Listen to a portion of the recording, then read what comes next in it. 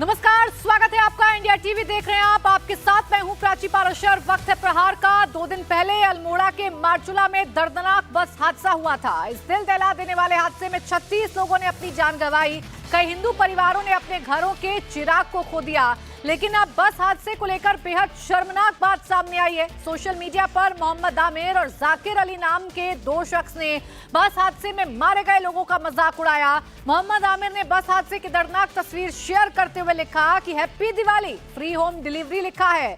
तो वहीं बस हादसे की एक पोस्ट पर कमेंट करते हुए जाकिर अली नाम के शख्स ने लिखा है कि इन्हें बाबा केदारनाथ ने बुला लिया।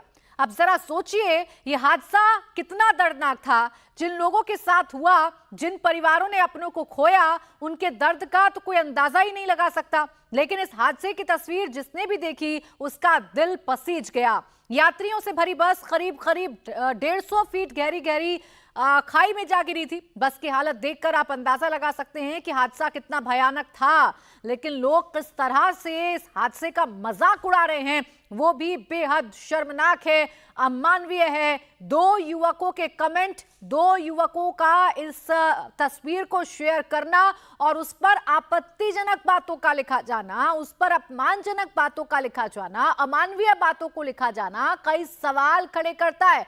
मोहम्मद आमिर की ये पोस्ट है हैप्पी दिवाली लिखते हुए और लिखा है फ्री होम डिलीवरी। अब सोचिए कि जिस बस हादसे को देखकर आपके और हमारे रोंगटे खड़े हो रहे हैं, जिसमें कई लोगों की जान चली गई, कई घरों के चिराग बुझ गए, उस बस हादसे की तस्वीर को देखकर कुछ लोग भद्दा मजाक कर रहे हैं। और मजाक ऐसा जो पूरी तरीके से अमानवीय है। 36 लोगों की जान गई थी इस बस हादसे में और उन 36 लोगों की मौत को मजाक बना रहे हैं ये 2 युवक। इस पर कमेंट कर रहे हैं, पोस्ट कर रहे हैं। कोई हैप्पी दिवाली का इसे पोस्ट बता रहा है, तो कोई कह रहा है कि सीधे बाबा केदारनाथ के पास पहुंच गए हैं।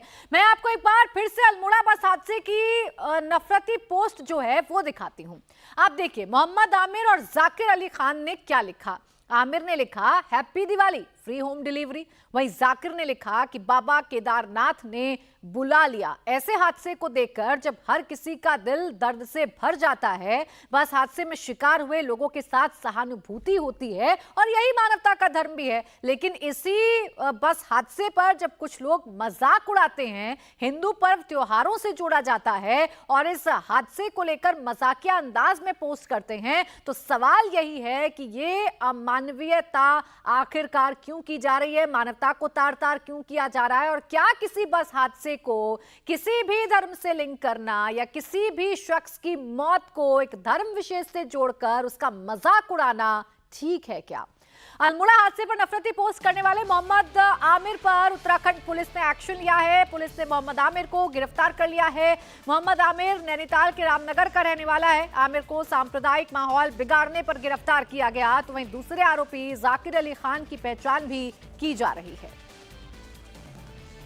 थाना क्षेत्र अंतर्गत एक मामला जो है प्रकाश में आया था, जिसमें एक फेसबुक पोस्ट वायरल हुई थी जिससे धार्मिक भावनाएं आहत होने की संभावना थी। और उस फेसबुक पोस्ट का तत्काल संज्ञान लेते हुए उक्त व्यक्ति को गिरफ्तार किया गया और बीएनएस की सुसंगत धाराओं में अभियोग पंजीकृत करते हुए उस व्यक्ति को माननीय न्यायालय के समक्ष प्रस्तुत किया गया। अब कुछ लोग हिंदुओं की मौत का मजाक उड़ा रहे हैं, तो योगी हिंदुओं को एकजुट करने की बात कर रहे हैं। योगी बटेंगे तो कटेंगे का नारा दे रहे हैं, तो योगी के नारे पर ओवैसी ब्रदर्स भड़क रहे हैं। महाराष्ट्र के संभाजीनगर में असदुद्दीन ओवैसी के छोटे भाई अकबरुद्दीन ओवैसी ने योगी के बटेंगे तो कटेंगे वाले नारे पर पलटवार किया। अकबरुद्दीन ओवैसी ने बटेंगे तो कटेंगे के नारे के खिलाफ इत्तेहाद का नारा लगाया। मुसलमानों से एकजुट होकर उनकी पार्टी को वोट करने की अपील की। अकबरुद्दीन ने कहा कि मजहब के नाम पर नफरत की सियासत हो रही है। मॉब लिंचिंग, बीफ घर वापसी, टोपी और दाढ़ी के नाम पर काटा जा रहा है।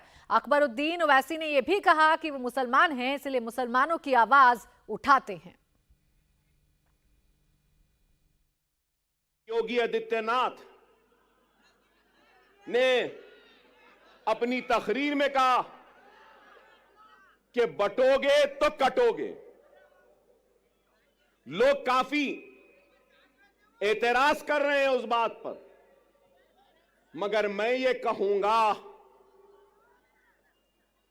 बीफ के नाम पर, मॉब लिंचिंग के नाम पर, घर वापसी के नाम पर, सर पे टोपी पहनने के नाम पर, दाढ़ी पालने के नाम पर जो तुम काट रहे हो, क्या ये तुम्हारी नफरत हिंदुस्तान के सबसे बड़ी अक़लियत से, क्या ये मुल्क को कमजोर नहीं कर रही है? इसका जवाब दो मुझे। अगर हिंदू और मुसलमान को तुम लड़ाओगे, हिंदू और मुसलमानों को नफरत कराओगे, तो क्या यह मुल्क को कमजोर करने के बराबर नहीं है? और अगर मैं कह रहा हूं, मैं अकबर ओवैसी मुसलमान, ला इलाहा इल्लल्लाह मोहम्मद रसूलुल्लाह कलमा पढ़ने वाला मुसलमान, इस मुल्क का किराएदार नहीं है। मैं कह रहा हूं, नरेंद्र मोदी, ऐ योगी, जितना तेरा हिंदुस्तान है उतना मेरा भी हिंदुस्तान है। ऐसा पहली बार नहीं जब अकबरुद्दीन ओवैसी ने ऐसा बयान दिया हो। हालांकि इस बयान का कॉन्टेक्स्ट समझिए। ओवैसी ने महाराष्ट्र चुनाव में 16 उम्मीदवार उतारे हैं, जिसमें वारिस पठान से लेकर संभाजीनगर के पूर्व सांसद इम्तियाज जलील तक शामिल हैं। कल संभाजीनगर पहुंचे छोटे ओवैसी ने मुस्लिमों से एकजुट होने की अपील की और कहा कि अगर वो AIMIM के 10 विधायक भी जिता देंगे तो महाराष्ट्र की सियासत में मुसलमान किंग मेकर बन जाएंगे। काम है मेरा तगय्युर, नाम है मेरा शबाब, मेरा नारा इत्तेहाद इत्तेहाद इत्तेहाद। ये जोश मलियाबादी के गजल के अशार हैं और जोश साहब से माफी मांगता हूं कि इसमें मैंने कुछ तरमीम की है। और तरमीम कहां की है कि काम है मेरा तगय्युर, नाम है मेरा शबाब, मेरा नारा इनकलाब इनकलाब इनकलाब। तो मैंने इसको मेरा नारा इत्तेहाद इत्तेहाद इत्तेहाद कहा है। अगर ये इत्तेहाद है, जमात है, तो यकीन मानो हम शेर हैं। मैं यही बात कहना चाहता हूं। हां, मुसलमान की आवाज बनकर हम मुसलमान के मसाइल को उठाते हैं। मैं उठाता हूं, मुझे शर्मिंदगी नहीं है इस बात का इकरार करते हुए कि मुसलमान हूं, मुसलमानों की आवाज बनता हो, मुसलमान की तकलीफ को बयान करता हो, मुसलमान की हक तलफी पे लड़ता हो, मुसलमान की हक की लड़ाई लड़ता हो और नाइंसाफी पर आवाज को बुलंद करता हो। अकबरुद्दीन ओवैसी यहीं पर नहीं रुके। संभाजीनगर में बोलते हुए के बाद कई भड़काऊ बयान उनकी तरफ से दिए गए। संभाजीनगर में एक बार फिर उन्होंने अपने विवादित बयान को दोहराया, 15 मिनट वाला जिक्र कर दिया। कहा कि कैंपेनिंग का टाइम है 10 बजे, अभी 9:45 हुआ है, अभी 15 मिनट बाकी हैं। ओवैसी के इस विवादित बयान को 12 साल पहले दिए गए भाषण से जोड़ा जा रहा है। दरअसल 2012 में भी अकबरुद्दीन ने 15 मिनट वाला भड़काऊ बयान दिया था। तब कहा था, देश से 15 मिनट के लिए पुलिस हटा दो तो पता चल जाएगा कौन कितना ताकतवर है। और एक बार फिर अकबरुद्दीन ओवैसी ने उसी 15 मिनट का जिक्र किया है। 9:45 कैंपेनिंग का टाइम 10 बजे, अभी 15 मिनट बाकी है।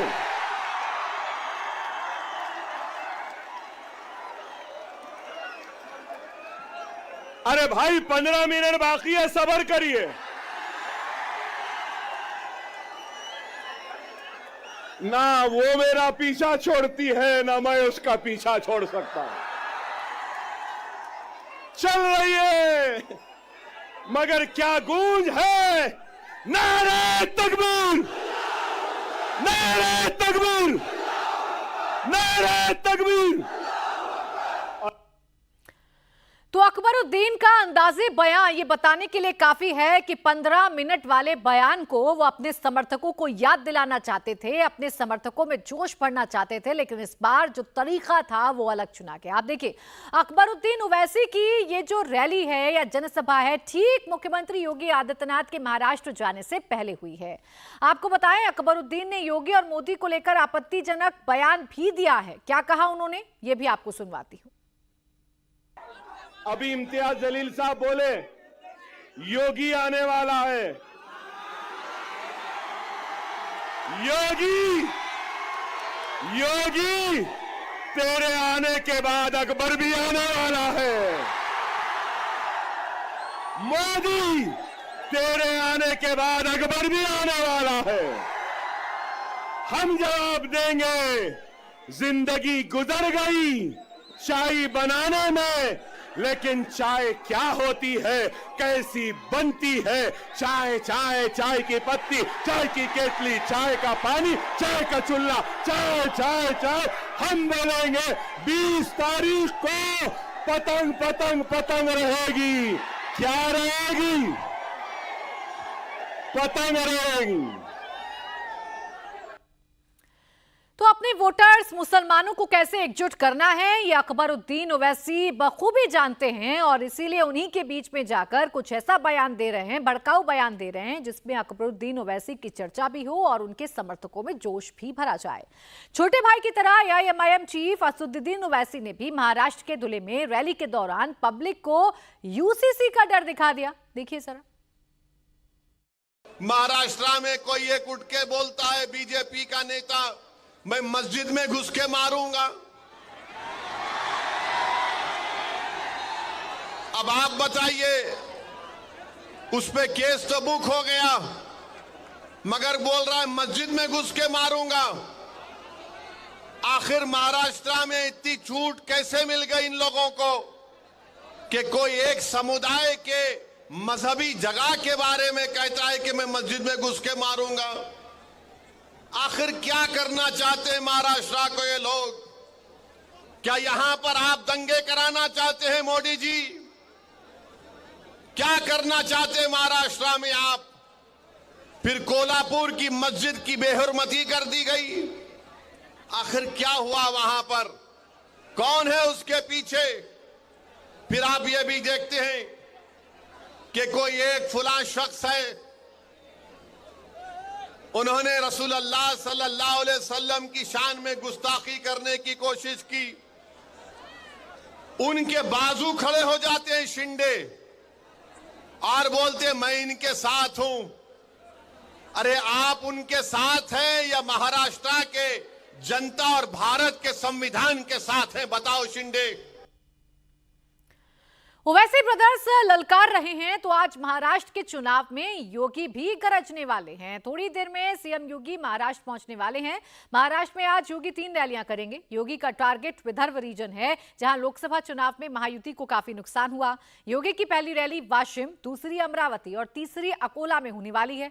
यूपी के मुख्यमंत्री योगी आदित्यनाथ महाराष्ट्र चुनाव में बुधवार को पार्टी के लिए 3 जनसभाओं को संबोधित करने जा रहे हैं। वाशिम, अमरावती और अकोला। और विदर्भ के रीजन को चुना गया है क्योंकि विदर्भ बीजेपी के लिहाज से सबसे मुश्किल रीजन माना जा रहा है। लोकसभा चुनावों में सबसे ज्यादा डेंट अगर बीजेपी को कहीं लगा तो विदर्भ रीजन में लगा। आज जब मुख्यमंत्री यहां पहुंचेंगे तो क्या नया बयान उनकी तरफ से दिया जाता है, या बटेंगे तो कटेंगे को किस बेंचमार्क पर पहुंचाते हैं, ये अब देखने वाली बात है। अयोध्या में राम मंदिर का विवाद जब न्यायालय में था, तब ये पत्थरबाज कहते थे कि अगर अयोध्या का फैसला हुआ तो खून की नदियां बहेंगी। हमने कहा वे गफलत में हो। ये नए भारत का नया उत्तर प्रदेश है। खून की नदियां नहीं बहने देता है।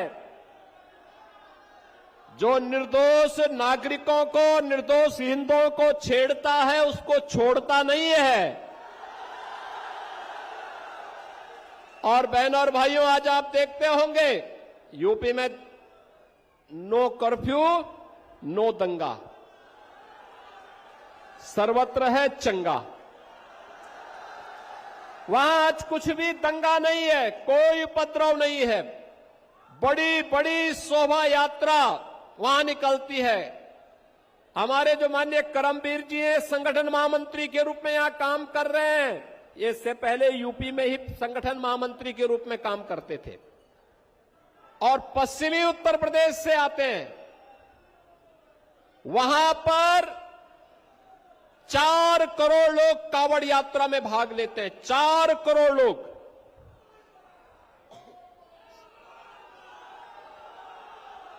बहनों और भाइयों, ये 4 करोड़ शिव भक्त कांवड़ यात्रा निकालते हैं। याद करिए, 2017 के पहले सरकारें नहीं निकालने देती थी और जैसे हम लोग आए, हमने कहा भी कांवड़ यात्रा तो हम निकालने देंगे। लोगों ने कहा दंगा हो जाएगा। हमने कहा एक बार आर पार हो ही जाए, देखा जाएगा।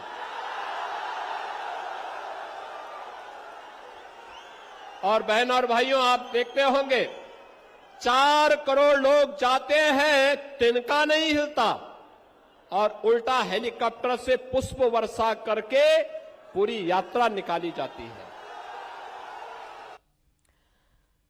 तो कल झारखंड में मुख्यमंत्री योगी आदित्यनाथ ने मोर्चा संभाला था। आज महाराष्ट्र पहुंचने वाले हैं। विदर्भ रीजन पर फोकस है। विदर्भ रीजन पर फोकस क्यों है, ये आप समझ लीजिए। कुल 60 विधानसभा सीटें इस रीजन में आती हैं। 2019 के चुनाव के नतीजों को देखेंगे तो 28 यहां पर बीजेपी ने जीती थी, 14 कांग्रेस ने जीती थी, 6 शिवसेना को मिली थी और 4 एनसीपी, जबकि अन्य को 8 सीटें मिली थी। लेकिन लोकसभा 2024 के चुनावों का समीकरण थोड़ा सा बदला, जिसके बाद विदर्भ चिंता का विषय बन चुका है। लोकसभा चुनाव में क्या हुआ ये भी देखिए। लोकसभा चुनाव के नतीजों के हिसाब से इन 60 सीटों में से 20 सीटों पर महायुति और 40 सीटों पर एमवीए को लीड है। विदर्भ में कुल 10 लोकसभा सीटें हैं, जिसमें से 3 महायुति और 7 एमवीए के पास हैं। और यही जो आंकड़ा है, इसी आंकड़े को दुरुस्त करने के लिए बीजेपी तमाम कोशिशें विदर्भ रीजन में कर रही है। हिंदू वोट को एकजुट करना चाहती है और इसीलिए सीएम योगी की रैली काफी महत्वपूर्ण है। कल मुख्यमंत्री जब झारखंड में अपनी हुंकार भर रहे थे तो इस दौरान उन्होंने अपने विरोधियों पर करारा अटैक किया था। सीएम योगी ने जातियों पर बंटने को लेकर बयान दिया था। उन्होंने कहा कि जब जब हम बटे हैं, निर्ममता से कटे हैं। सीएम योगी ने कहा कि जातियों के नाम पर बटिए मत, कांग्रेस हमेशा जाति के नाम पर बांटती आई है। ताकत का एहसास कराइए और ताकत का एहसास कराएंगे जो ये पत्थरबाज हैं, सड़कों पे आपके लिए झाड़ू लगा करके रास्ता साफ करते हुए दिखाई देंगे। ये बजरंगी पताका हर घर में फहराई हुई दिखाई देगी और उस ताकत का एहसास कराने के लिए ही ये चुनाव आपके पास है। बंटिए मत जातियों में।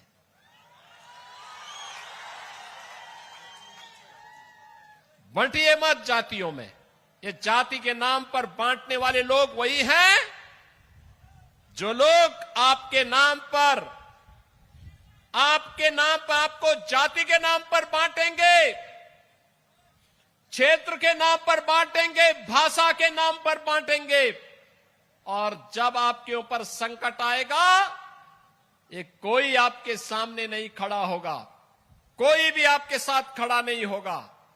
यही कांग्रेस करती आई है लगातार 1947 से। यही कांग्रेस ने देश को जख्म दिए, यही आरजेडी ने बिहार में जख्म दिए और यही झारखंड मुक्ति मोर्चा इस झारखंड के साथ कर रही है। बहनों और भाइयों, अभी तो हाल ये है और जिस प्रकार की घुसपैठ ये लोग करवा रहे हैं बांग्लादेशी घुसपैठियों का, जिस प्रकार की घुसपैठ इन लोगों ने रोहिंग्या का झारखंड के अंदर कराना प्रारंभ किया है, अगर डेमोग्राफी चेंज इसी प्रकार की होगी, आज ये लोग यात्रा रोक रहे हैं। बहनों और भाइयों, आने वाले समय में घरों के अंदर घंटी और शंख भी नहीं बजाने देंगे। और इसलिए आवश्यकता है आपसे कहने के लिए आए हैं, भाजपा को लाइए, एक रहिए और नेक रहिए। और इस बीच महाराष्ट्र चुनाव को लेकर एक बड़ी खबर आ रही है। बीजेपी ने बहुत बड़ा ऐलान किया है। बीजेपी विधानसभा चुनाव में राज ठाकरे के बेटे अमित ठाकरे का समर्थन नहीं करेगी। विधानसभा चुनाव में बीजेपी सिर्फ एक सीट पर एमएनएस का समर्थन करेगी। वो सीट है शिवड़ी सीट, जहां से एमएनएस के बाला नांद गांवकर चुनावी मैदान में है। बीजेपी के इस फैसले ने राज ठाकरे की टेंशन को बढ़ा दिया है। पहले से ही जो शिंदे गुट के कैंडिडेट हैं वो मैदान में हैं अमित ठाकरे के खिलाफ। हालांकि बीजेपी ने अपने कैंडिडेट को विड्रॉ जरूर कर लिया था, लेकिन बीजेपी का फैसला ये है कि एमएनएस को इस सीट पर सपोर्ट नहीं करेगी भारतीय जनता पार्टी। मेरे साथ मेरे सहयोगी सचिन चौधरी इस वक्त जुड़ गए। सचिन, क्या इम्पैक्ट पड़ेगा इस फैसले का, खासकर राज ठाकरे पर और उनके बेटे के चुनाव पर? जी बिल्कुल, अमित ठाकरे के लिए राह मुश्किल होगी माहिम चुनाव क्षेत्र में, क्योंकि बीजेपी ने फैसला किया है कि मुंबई की 36 सीटों में से सिर्फ शिवड़ी जो सीट है, जहां पर बालानंद गांवकर नंबर 2 के नेता है राज ठाकरे के बाद एमएनएस पार्टी में, तो उनको सपोर्ट किया है। वहां पर उद्धव ठाकरे के शिवसेना के कैंडिडेट अजय चौधरी, उनके खिलाफ बालानंद गांवकर लड़ रहे हैं, तो उनको सिर्फ वहां पर सपोर्ट किया है। वहां बीजेपी ने और शिंदे शिवसेना ने कोई उम्मीदवार नहीं दिया है। लेकिन ये काम जो है माहिम में नहीं हुआ है, क्योंकि माहिम में सदा सनवरकर आखिरी वक्त तक जो है डटे रहे और उन्होंने कहा कि राज ठाकरे ने वक्त नहीं दिया तो अब चुनाव लड़ने के अलावा उनके पास कोई चारा नहीं है। जब सदा सनवरकर मैदान में है तो बीजेपी नेताओं का यही कहना है कि महायुति का धर्म वो निभाएंगे और महायुति का जो भी उम्मीदवार होगा उसका वो प्रचार करेंगे, यानी कि वो सदा सरवरकर का प्रचार करेंगे और अमित ठाकरे के खिलाफ वहां बीजेपी प्रचार करेगी। तो अमित ठाकरे के लिए यहाँ पर सदा सरवरकर और उद्धव ठाकरे के महेश सावंत, ऐसे दोनों से अमित ठाकरे के लिए मुकाबला आसान होने नहीं जा रहा है। बीजेपी ने अपने पत्ते खोलकर और मुश्किलें बढ़ा दी हैं अमित ठाकरे की और राज ठाकरे की। शुक्रिया आपका।